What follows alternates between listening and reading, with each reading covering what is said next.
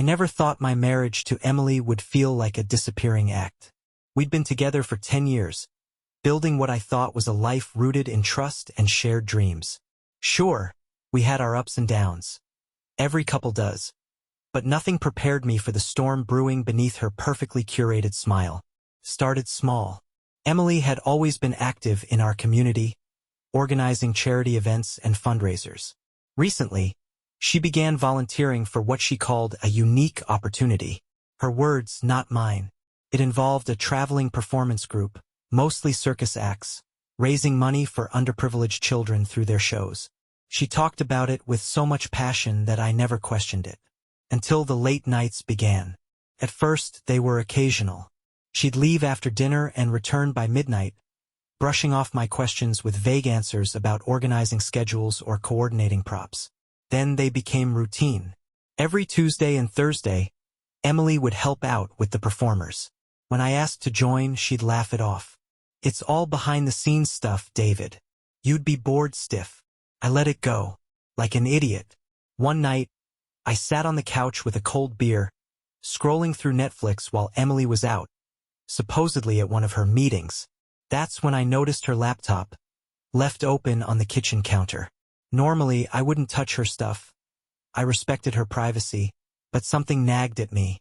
I told myself it was innocent curiosity, that I just wanted to see what she'd been working on for this fundraiser.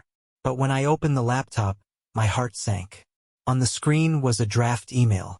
It was unsent, but the subject line hit me like a punch to the gut. Rehearsal schedule for Friday night. Rehearsal? What the hell was she rehearsing? I clicked. It was addressed to someone named Victor, and the tone wasn't exactly professional. Can't wait to practice tonight. I've been thinking about our little escape plan all day. You always leave me breathless. See you at 8. Don't forget the ropes. Winky face. My chest tightened. Ropes? Escape plan? Who the hell was Victor? I sat there, stunned, rereading the email like it might morph into something innocent if I stared hard enough. But the implications were clear. Emily wasn't just helping with charity events. She was helping herself to some guy named Victor. I shut the laptop, my hands trembling. My mind raced through every memory from the past few months, searching for clues I'd ignored. The new perfume she'd started wearing. The way she'd grown distant even during our rare date nights. Her insistence on keeping this volunteer work separate from me. I felt like a fool.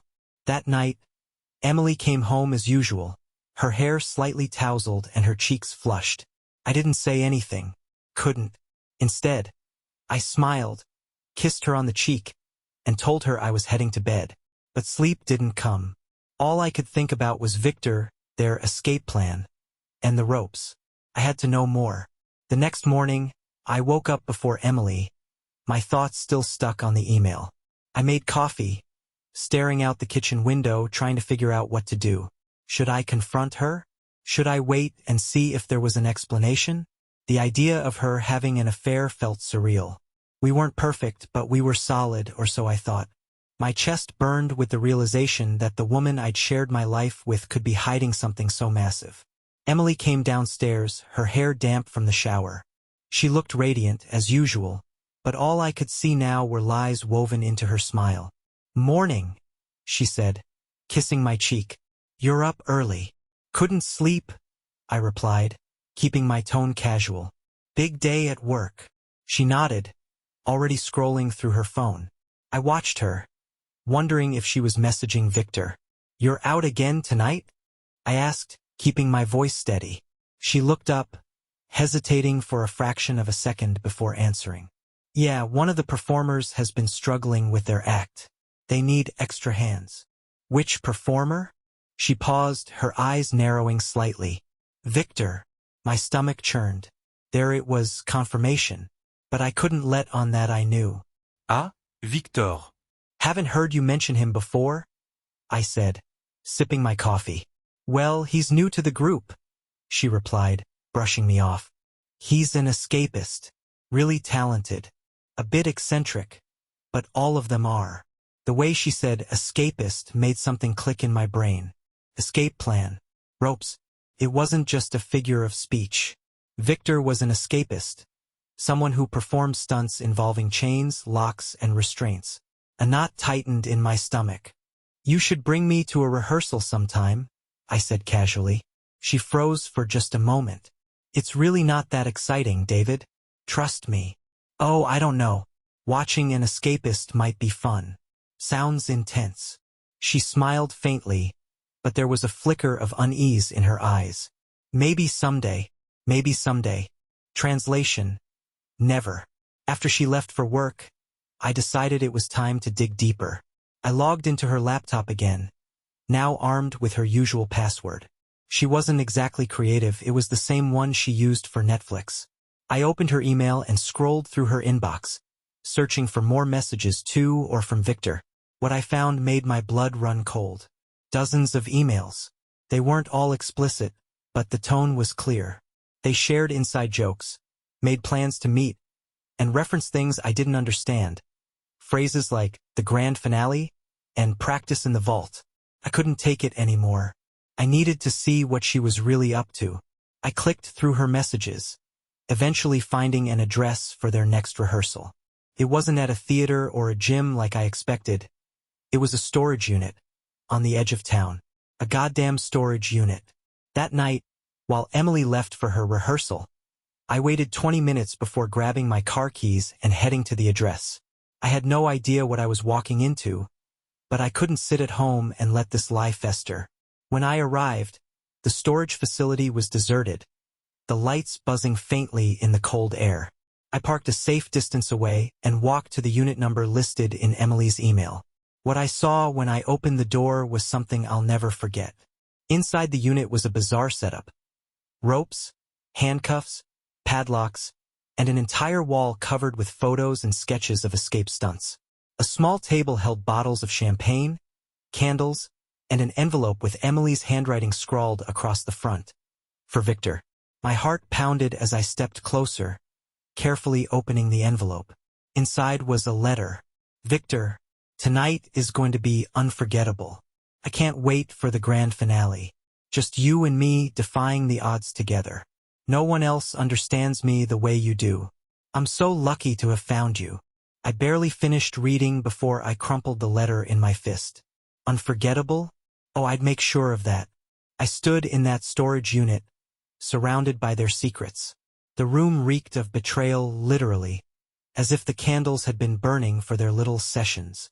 My mind raced with possibilities. What was this grand finale Emily had mentioned? Was she planning to leave me? Or worse, were they mocking me behind my back? I clenched my fists, breathing hard. The image of Emily, my wife, wrapped in the arms of some eccentric escapist named Victor, filled my head, made my blood boil. I needed to see it for myself. I stepped back out into the night, locking the storage unit behind me. My hands were shaking, but my resolve wasn't. I'd heard her say they were meeting here, but I didn't know when. So I waited. I parked my car around the corner, far enough to stay out of sight but close enough to catch them in the act. Time dragged. Every passing second felt like an eternity. Then, finally, I saw headlights. Emily's car pulled into the lot, and my heart sank. She stepped out wearing a red dress, her hair styled differently than usual, more dramatic, seductive. She looked stunning, but not for me. A second car pulled up moments later. A tall, lean man with long, dark hair stepped out. Victor. He looked exactly like the type of guy Emily used to roll her eyes at. Flashy, dramatic, full of himself. But there she was, walking right up to him and throwing her arms around his neck. I gripped the steering wheel so hard I thought it might snap. Watching them together felt like a dagger to the heart. They unlocked the storage unit and stepped inside. I gave them a few minutes before slipping out of my car and creeping closer. The door was slightly ajar. I peeked inside, careful not to make a sound. Victor was tying himself up in ropes, showing off as Emily watched, her eyes gleaming with admiration. She clapped and laughed, looking at him like he was the most fascinating thing she'd ever seen. "Now let me show you something special," Victor said, his voice smooth and confident. He reached for a metal box. A cage, really, sitting in the corner of the unit. "This is the big one," he continued, opening the cage and climbing inside. Once the lock clicks, I'll have less than 3 minutes to get out before the fireworks start. Fireworks? What the hell were they doing? Emily giggled, her voice sickly sweet. You're amazing, Victor. I've never met anyone like you. That's because there's no one like me, he replied, flashing her a cocky grin. I had to restrain myself from barging in and wiping that grin off his face. But no, this wasn't the time. I needed more than just words. I needed them to cross the line, to give me the proof I needed to blow this whole thing up. As Victor locked himself in the cage, Emily stepped closer, running her fingers along the bars. What if you can't get out in time? She teased. Then I guess I'll need you to save me, he said, winking at her. That was it. I'd seen enough. I slipped back to my car, adrenaline coursing through me. If Emily wanted to play games with a magician, I'd show her what real misdirection looked like. This wasn't over. By the time I got home, my anger had solidified into cold determination. The image of Emily laughing, her hands on Victor's cage, played over and over in my mind. If she thought she could make a fool of me, she had no idea what she was up against. I didn't confront her that night. When she came home, I pretended to be asleep. She slipped into bed quietly, probably thinking her little escapade had gone unnoticed. The next morning, I acted like nothing had changed. I made her coffee, kissed her cheek, and even asked about her volunteer work. She gave me the same vague answers, her lies as smooth as ever. But I wasn't just going to let this slide. I was going to make her and Victor regret every smug little laugh, every stolen moment, every lie. The first step was research. Over the next few days, I dug deeper into Victor's world. It didn't take long to find out more about him. His full name was Victor Darmond, a self-proclaimed master escapist who performed at underground shows and private events. He had a reputation for pulling off dangerous stunts and basking in the attention they brought him. I even found a video of one of his performances online. In it, he escaped from a straitjacket while hanging upside down over a tank of water. The crowd went wild, and Victor bowed theatrically, soaking in the applause. I watched that video 3 times, studying every move. This wasn't just about catching them in the act anymore. It was about taking control. If Victor's life revolved around his stunts, then that was where I'd strike. I also went back to the storage unit. When Emily was out one night, I returned with a pair of bolt cutters and a camera. Inside, I photographed everything: the ropes, the cage, the champagne. I even found a small notebook tucked under the table. It contained sketches of various stunts, including something labeled, "The Inferno Escape." The Inferno Escape. That had to be their grand finale. I flipped through the pages, my stomach turning as I read the details. It involved Victor escaping from the cage while it was surrounded by flames. Emily's handwriting appeared in the margins, with notes like, "Timing is crucial," and "Double-check fireworks placement." The two of them were planning something big, dangerous, and I knew exactly how to use it against them. The next day, I called in a favor from an old friend, Jake, who ran a private security company. Jake and I had known each other since college, and he owed me for helping him out of a legal mess years ago. "David, what's going on?" he asked when I called. "You sound off." "Jake, I need your help with something personal," I said, keeping my tone steady. "It's about Emily." There was a pause. "Your wife? What's wrong?" "She's cheating on me," I admitted, the words bitter in my mouth. "And I need proof. Real proof. Can you get me a surveillance setup? Something discreet."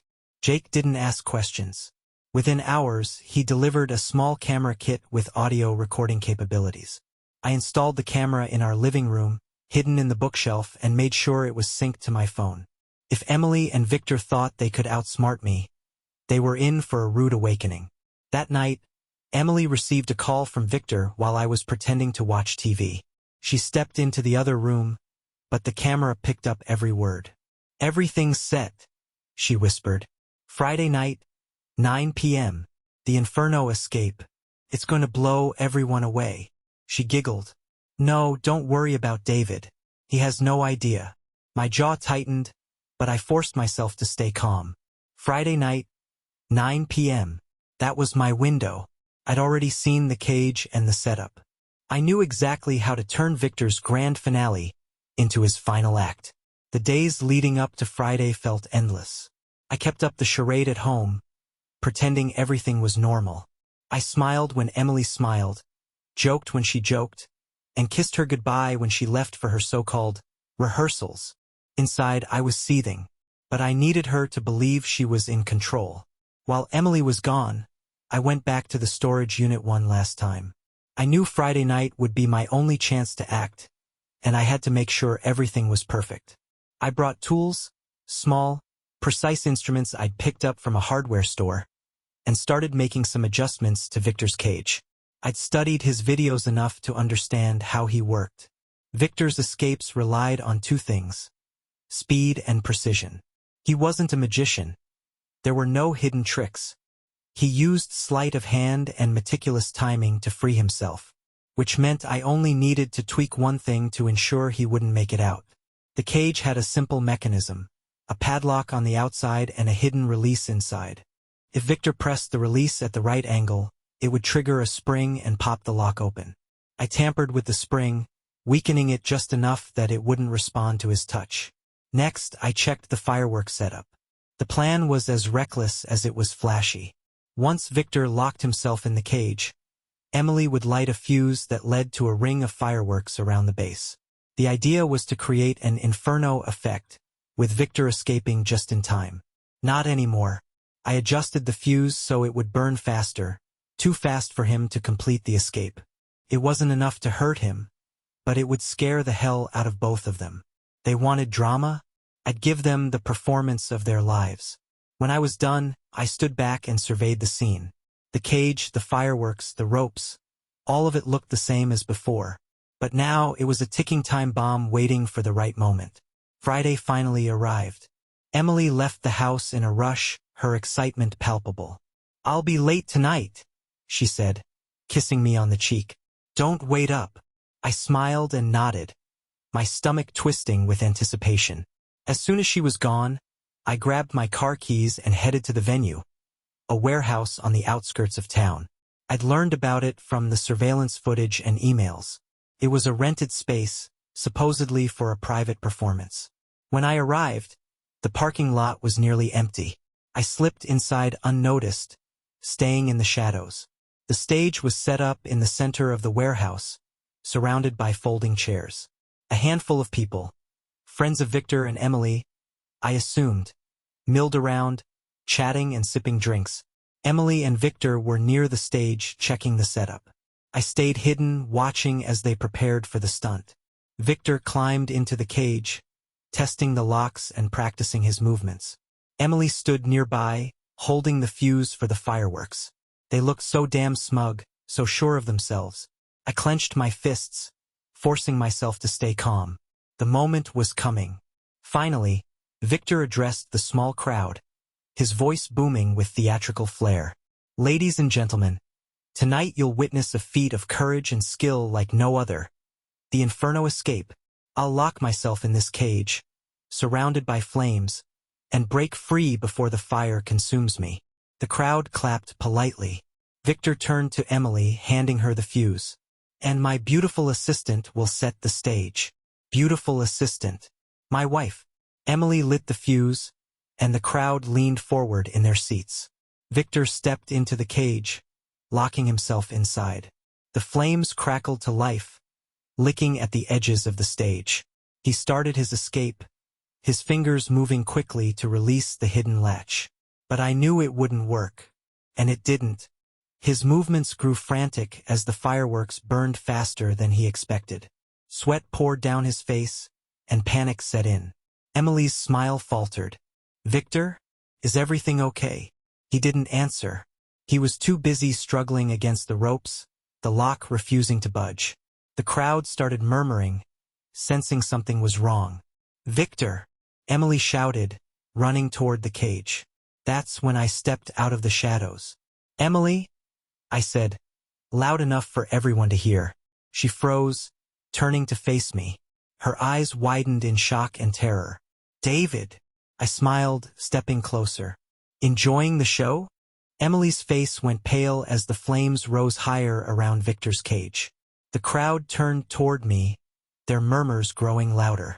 For the first time that night, the spotlight wasn't on Victor, it was on me. "What are you doing here?" Emily stammered, her voice trembling. I took another step forward, slow and deliberate. "I could ask you the same thing, Emily.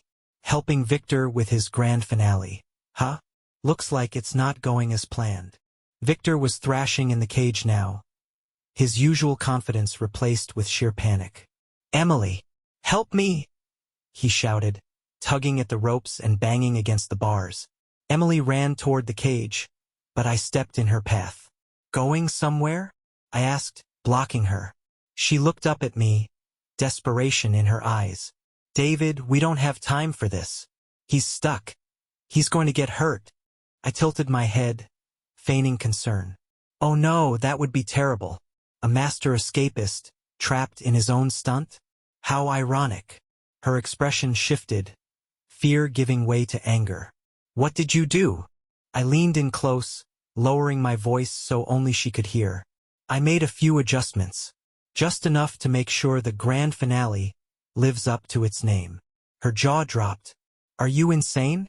He could die." I straightened, my voice cold and steady. "You should have thought about that before you climbed into bed with him." Emily opened her mouth to respond, but Victor's screams cut her off. "Emily, the fire's too close." The flames were dangerously high now, licking at the base of the cage. The crowd had started to panic, some shouting for help while others fumbled for their phones. Emily shoved past me, grabbing a fire extinguisher from the corner of the stage. She aimed it at the cage and pulled the trigger, but nothing happened. I smiled darkly. "Oops, forgot to mention I emptied that earlier. Guess you'll have to come up with another plan." "David!" she screamed, her voice raw with rage, but I didn't move. I just stood there, arms crossed, watching as the scene descended into chaos. Victor was shouting incoherently now, his face drenched in sweat. His hands fumbled with the lock, but it wouldn't budge. "Help me! Somebody, help me!" Emily turned back to me, tears streaming down her face. "Please, David, stop this. He's going to die." I met her gaze, my voice icy. "And why should I care? You didn't care about me when you were sneaking around with him. You didn't care when you turned our marriage into a joke. So tell me, Emily, why should I save him?" The warehouse doors burst open, and two men from the crowd ran in with buckets of water. They doused the flames, the hiss of steam filling the air. Victor collapsed in the cage, coughing and gasping for breath. The fire was out, but the damage was done. The crowd was in an uproar, people shouting and pointing fingers. Emily dropped to her knees beside the cage, her hands trembling as she reached through the bars to touch Victor's face. I turned and walked out, leaving them both to deal with the fallout.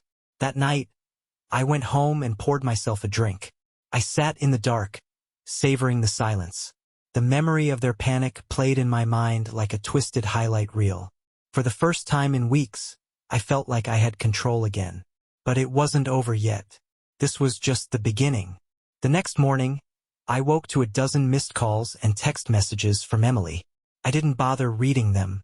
I already knew the gist. Panic, anger, desperation, maybe even a half-hearted apology thrown in for good measure. I deleted them all without replying. By mid-afternoon, there was a knock at my door. I didn't need to look to know it was Emily. "David, open the door!" she yelled, her voice shrill and shaky. "We need to talk." I took my time walking to the door, letting her stew outside. When I finally opened it, she stood there, her face pale and blotchy from crying. "What do you want, Emily?" I asked, leaning against the doorframe. Her eyes darted past me, scanning the house as if expecting Victor to be inside. "We need to talk about last night. About what you did." I let out a humorless laugh. "What I did? Funny, I thought we were here because of what you did, Emily.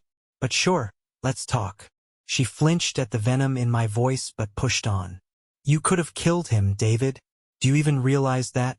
You sabotaged the stunt. It wasn't just cruel, It was psychotic. I stepped closer, narrowing the gap between us. And sneaking around with another man? Laughing behind my back? What do you call that, Emily? A minor inconvenience. She opened her mouth to respond, but I didn't give her the chance. You don't get to stand here and lecture me about cruelty, I continued, my voice rising. You planned this whole charade with Victor, didn't you? The rehearsals, the stunts, the late nights. And you thought I'd just keep playing the fool while you and your little escapist plotted your grand finale. Emily's composure cracked, tears spilling down her cheeks. I never wanted to hurt you, she whispered. Well, congratulations, I snapped. You failed. For a moment, neither of us spoke. The silence between us was heavy, suffocating. Finally, she broke it. I made a mistake, David. A huge mistake. But we can fix this. We can go to therapy, talk things out. I cut her off with a sharp laugh. Fix this? Are you kidding me? You think a few therapy sessions are going to undo the lies, the betrayal, the fact that you were ready to throw away our marriage for a second-rate Houdini? She winced at my words, but I didn't care. I was done sparing her feelings. David, please, she begged, reaching for my hand. I still love you. I pulled away, the thought of her touch making my skin crawl. You don't love me, Emily. If you did, we wouldn't be standing here right now. Her tears came harder now, and for a brief moment, I almost felt pity for her. Almost. But then I remembered the storage unit, the emails, the way she'd looked at Victor, and whatever sympathy I might have had disappeared. This is over, I said, my voice firm. I'll have the divorce papers drawn up by the end of the week. You can go back to Victor or whoever else catches your eye next. But you're done with me. Emily's face crumpled, and for a moment, I thought she might collapse on my porch. But she straightened, wiping at her tears with shaky hands. You'll regret this, she said, her voice trembling. One day you'll realize you threw away something good. I shook my head, stepping back inside. No, Emily. I'm not throwing anything away. You already did that. And with that, I shut the door in her face. Closing the door on Emily should have felt like the end, but it wasn't. The rage that had kept me going, the thing that had driven me to sabotage Victor's stunt, was now simmering just beneath the surface. I wasn't done. Not by a long shot. For days, I ignored her calls and texts, letting the silence be my answer. But I wasn't just sitting around stewing.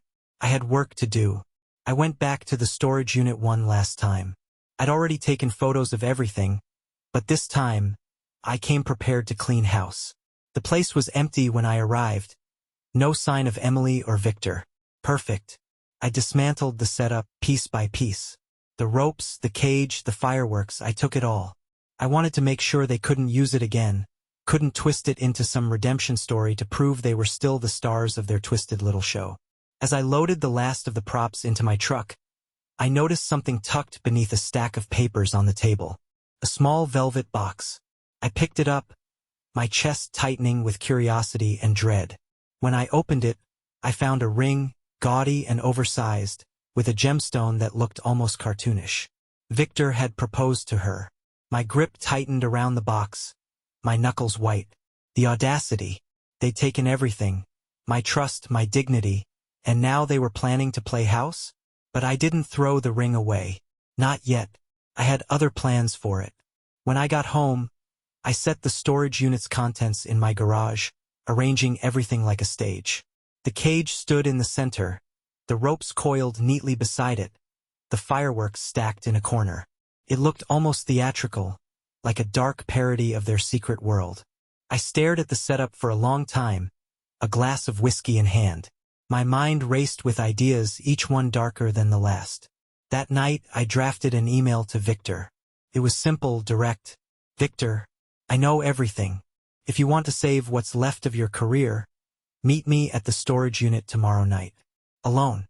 I didn't sign it. The next day, I stayed busy. I contacted a divorce lawyer, began separating my finances from Emily's, and started compiling evidence for the inevitable legal battle. When I wasn't dealing with the logistics of our unraveling marriage, I focused on the setup in my garage. I tested the cage's locks again, made sure the fuse on the fireworks was still tampered with. Every detail had to be perfect.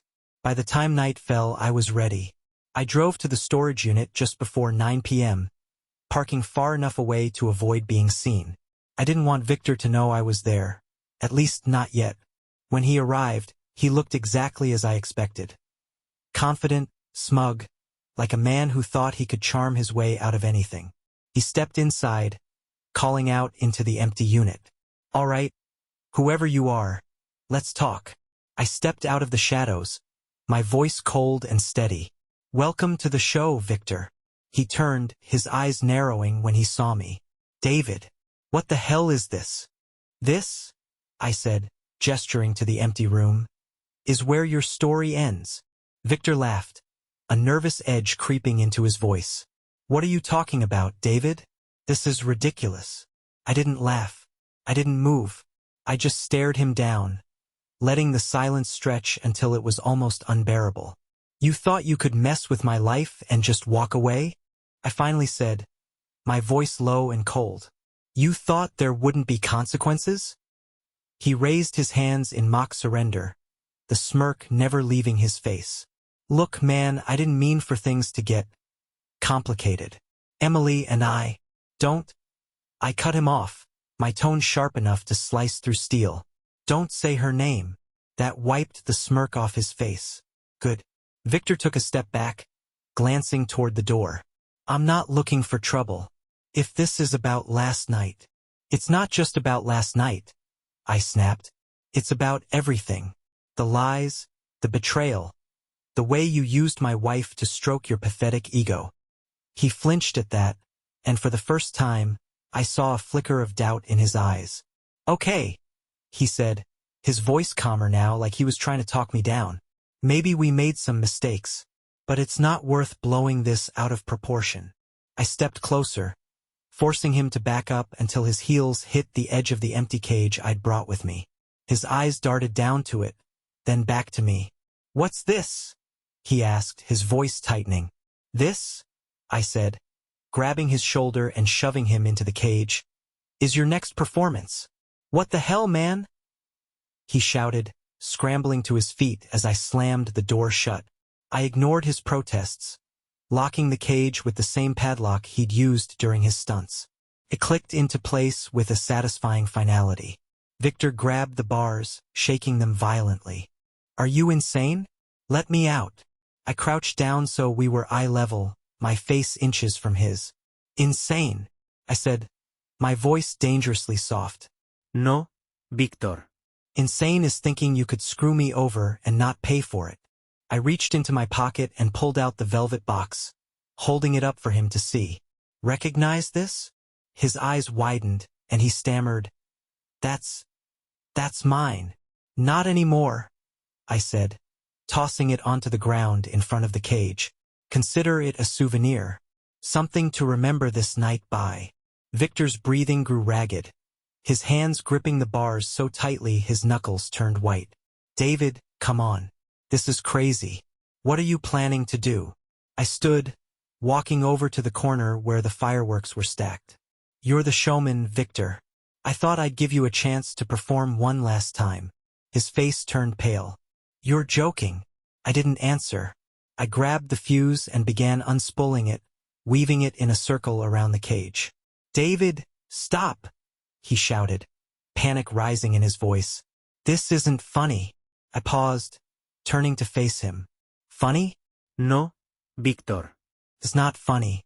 It's justice." The look in his eyes shifted from anger to pure fear as he realized I wasn't bluffing. I lit a match, holding it over the end of the fuse.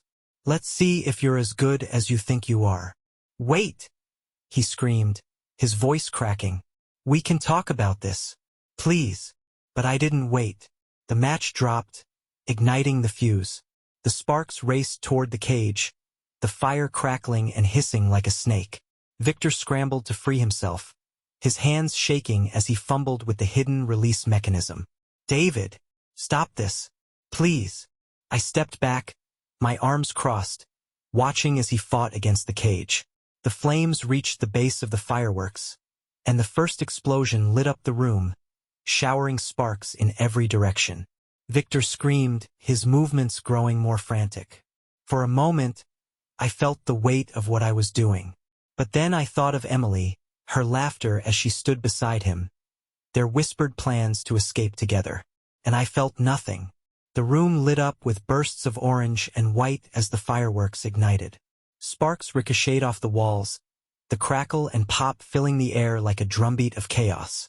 Victor screamed, thrashing inside the cage as the flames grew closer. His once cocky demeanor was gone, replaced by pure, unfiltered terror. "David, please," he yelled, his voice hoarse from the strain. I'm sorry. "Just stop this." I stood there, arms crossed, watching him. My heart pounded in my chest, not from fear, but from the overwhelming power I felt. For once, I was in control. Victor clawed at the lock, his hands trembling too much to gain any traction. The smoke started to build, the smell of burnt metal and gunpowder stinging my nose. But I didn't flinch. "You've got this, Victor," I said, my voice dripping with sarcasm. "You're the master escapist. Remember? Isn't this what you live for?" Another firework went off, a shower of sparks landing just inches from the cage. Victor's face was soaked with sweat, his eyes darting between me and the flames. "Please, David, I'll leave. I'll never come near Emily again." I tilted my head, pretending to consider his words. "You'll leave? Oh, that's cute. But you see, Victor, it's not just about leaving. It's about paying for what you've done." He let out a strangled sob, his fingers scraping against the cage bars. "I'll do anything. Just stop this." The final fuse reached the edge of the cage. The biggest firework, a loud, earth-shaking explosion, blasted into the air, showering the room in a cascade of blinding light and smoke. Victor let out a guttural scream, curling into a ball as the fireworks fizzled out. The silence that followed was deafening, broken only by his ragged breathing and the faint hiss of smoldering ash. I took a step forward, the sound of my boots echoing in the now-still room. Victor looked up at me, his face streaked with tears and soot. "You survived," I said, my tone almost mocking. "Maybe you're better than I thought." He didn't reply, his chest heaving as he gasped for air. I reached into my pocket, pulling out a key. Slowly, deliberately, I unlocked the cage and swung the door open. Victor crawled out, collapsing on the ground at my feet. He looked up at me, his expression a mix of gratitude and sheer terror. Why didn't you let me burn?" he croaked. I crouched down, meeting his gaze.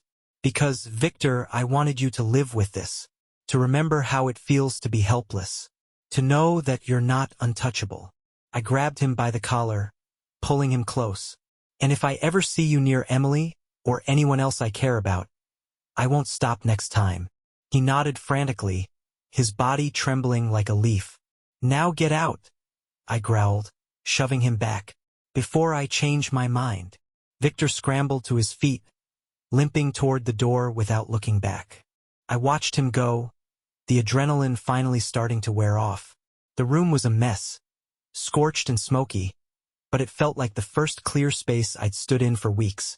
Victor was gone, and with him the weight of my anger. But there was still one loose end to tie up. I arrived home that night, the house eerily quiet. Emily was waiting, perched on the couch like a statue. Her face was pale, her eyes rimmed with red. "What did you do?" she asked softly, her voice barely above a whisper. I shrugged, setting my keys on the counter. "I taught your boyfriend a lesson." Her jaw tightened. "You could have killed him." I smirked. "Would have been fitting, don't you think?" She stood, fists clenched. "You're sick, David. This isn't you." I stared her down, my voice cold. "You don't know me anymore, Emily, and you only have yourself to thank for that." 2 days later, Emily was served with the divorce papers. She came storming into the house, waving the documents. "You're really doing this?" I didn't look up from the laptop. "What did you think would happen, Emily? That I'd forgive you? That we'd go back to normal?" Her voice cracked.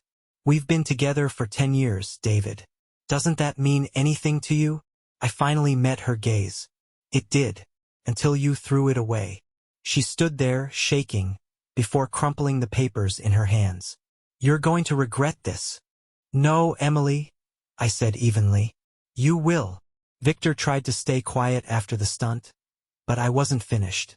I emailed the photos of the storage unit, their love notes, and the tampered cage set up to everyone who mattered, her friends, her family, and even her employer. The fallout was immediate. Emily called me in a rage, her voice trembling. How could you? You ruined my life. I smiled, leaning back in my chair. No, Emily. You ruined it. I just made sure everyone saw the truth. Her silence was deafening before she hung up. It didn't take long for Victor's reputation to implode. The photos and emails spread like wildfire through his circle. Clients canceled gigs, and his so-called master escapist persona became a running joke online. He tried to save face with a public statement, claiming he'd been sabotaged. But the evidence was too damning. He looked like a fool. Emily called one last time, her voice hollow. Victor's gone. Left town. He blames me for everything. I let the silence hang before replying. Good riddance. She started to cry, but I hung up. With Victor out of the picture and Emily's reputation in shambles, I finally felt free. The divorce finalized quickly. I kept the house, the car, and my dignity. Emily moved in with a friend, though I heard through mutual connections that her life had spiraled. Months later, as I sat on the back porch with a drink in hand, I realized something. I wasn't angry anymore. Betrayal had scarred me, but it didn't define me. I'd rebuilt myself stronger, wiser. And as for Emily, I'd left her in the ashes where she belonged. The show was over.